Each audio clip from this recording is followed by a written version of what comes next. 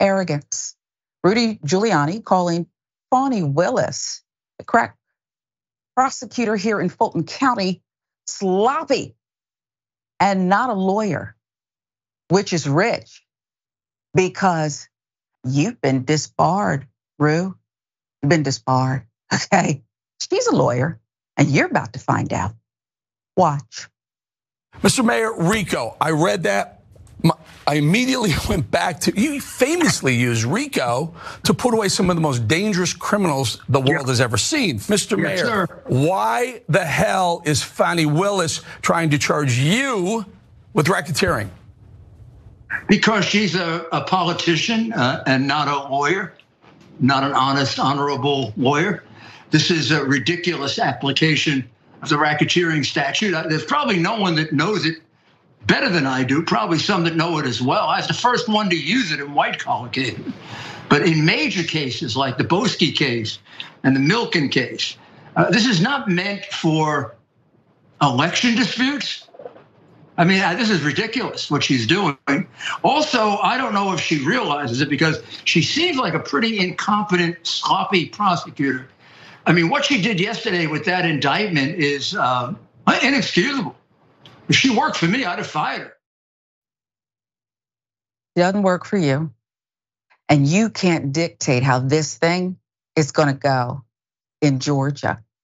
There's more as Rudy Giuliani tries to claim Fani Willis filed the indictment before a grand jury vote. Wow. So it was allegedly filed with the clerk prior to the grand jury actually voting. Go ahead. It was filed. I mean, I've read many more of those than she has. It has a stamp. It has a date accepted. It has a time accepted. It has a case number already at 12 o'clock. It's been assigned to a judicial office and a courtroom. That's all you have to do to file an indictment anywhere in a federal court. Well, somebody made a big mistake because the grand jury hadn't voted it yet. This is why they were scrambling, because they had to get it done by 8/14.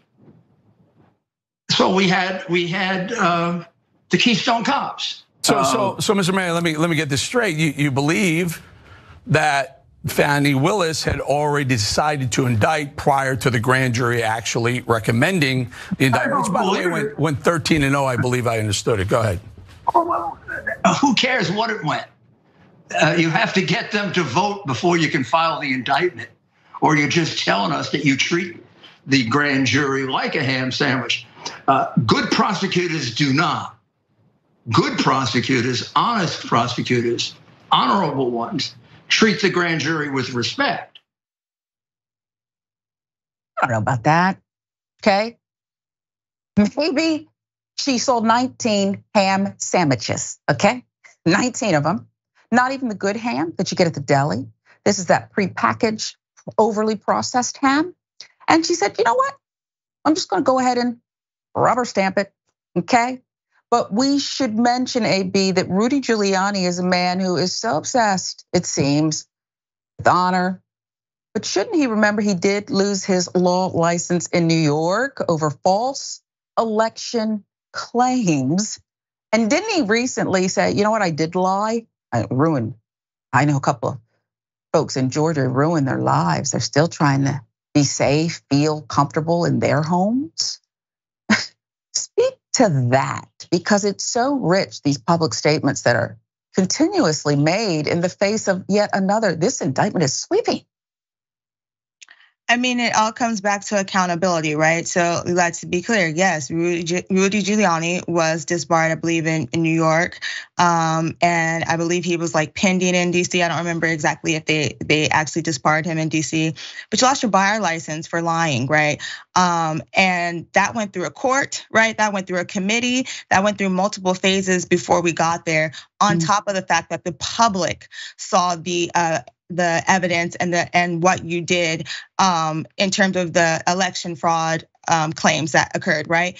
In addition to that, yes, you did come out and said that you lied. So I'm so confused as to why you mad at Fani for charging you with a RICO, because you're not being charged. And my understanding is that you're not being charged for questioning the election. You are being charged for trying to steal the United States of America with your homeboy. That's a legal term too, homie, okay? Fani Willis is in love with RICO. Might as well be her lover, okay? She has successfully utilized RICO. And I want to talk more about that because RICO was born with people like you, people like me and mine, our Hugh. And instead it's now being used against somebody else.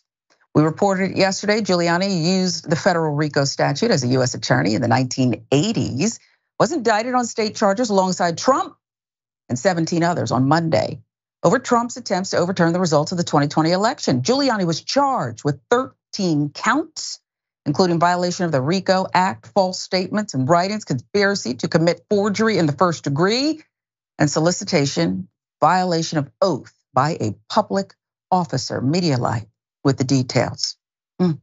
Additionally, last month, the disciplinary board for the DC Bar Association recommended Giuliani be stripped of his law license over reckless fraud claims after the 2020 election. The panel announced its findings in a 38-page sweeping decision centered on a post-election lawsuit Giuliani filed in an effort to dismiss thousands of votes in the battleground state of Pennsylvania, which again was won by President Joe Biden. NBC News with the reporting. Mr. Giuliani's effort to undermine the integrity of the 2020 presidential election has helped destabilize our democracy. His malicious and meritless claims have done lasting damage, the panel wrote. He claimed massive election fraud, but had no evidence of it. By prosecuting that destructive case, Mr. Giuliani, a sworn officer of the court, forfeited his right to practice law, the panel added. His utter disregard for facts denigrates the legal profession. It does seem he's still at it. Well, meantime, in a humorous reveal, Atlanta's high-profile billion-dollar lawyer, Drew Feinling, who joined Trump's legal team last year, reportedly donated $1,440 to Madam DA, Fani Willis, the district attorney's primary campaign in July 2020, according to Federal Election Commission records obtained by Rolling Stone. Feinling is apparently no stranger to backing Democratic candidates and noted the discovery has raised eyebrows, considering he's on the team of lead attorneys fighting against the RICO charges Willis filed Monday.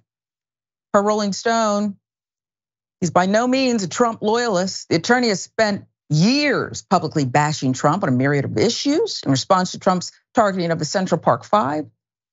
Mr. Feinling called his statements racist, cruel, sick, unforgivable, and un-American. When Trump attacked NBA superstar LeBron James as unintelligent, Feinling called him pathetic.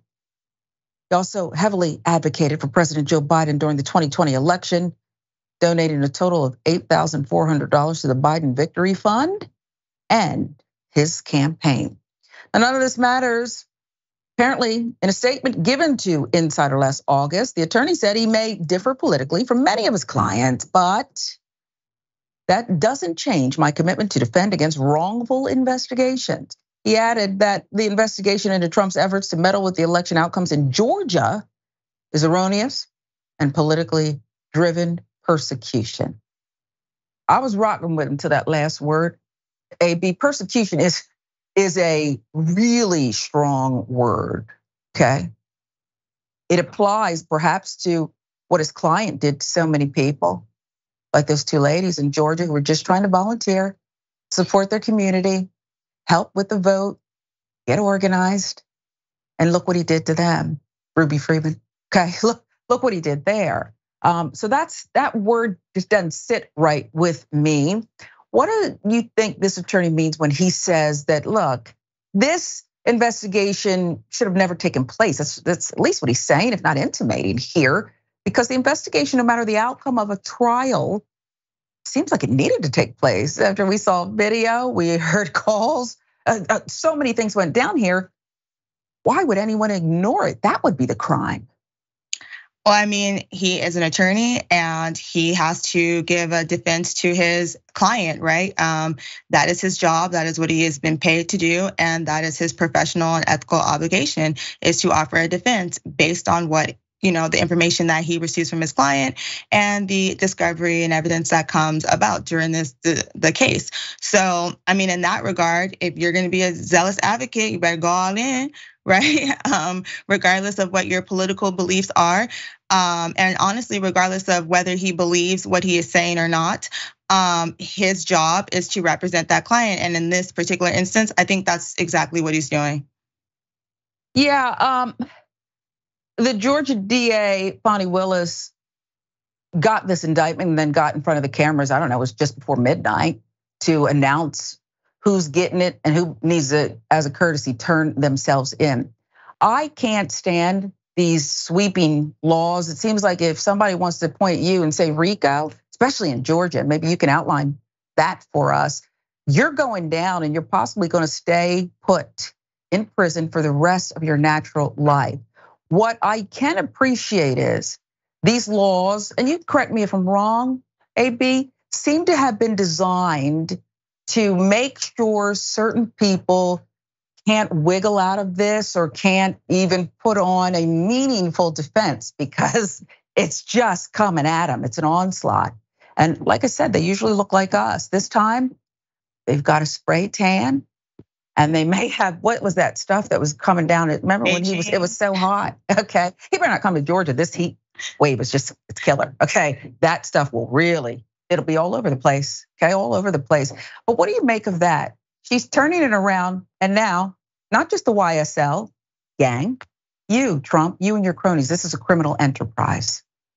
So I think, as you mentioned before, right, like RICO is Fani's thing. This is what she knows. And the difference with a RICO in comparison to a different type of criminal prosecution is a RICO, under Georgia statute, it allows you to tell the whole story, right? That is kind of the theme of this, is like, let's tell you the whole story. Let's not piecemeal it. I don't got time to be going one person by one person, and I can't get all the evidence I need to show you in totality. And I think that is part of the reason why, this would be my opinion, is that's part of the reason why a lot of people in the media, right, a lot of Trump's followers and things of that nature are not really buying the whole concept of what happened and what these people allegedly did, right? The co-conspirators and Trump himself allegedly did, is because we've been piecemealed the information. And what Fani has done in this indictment is she has given you the entire story and how each of these pieces from each player has played into an attempt to try to steal the 2020 election. Wow.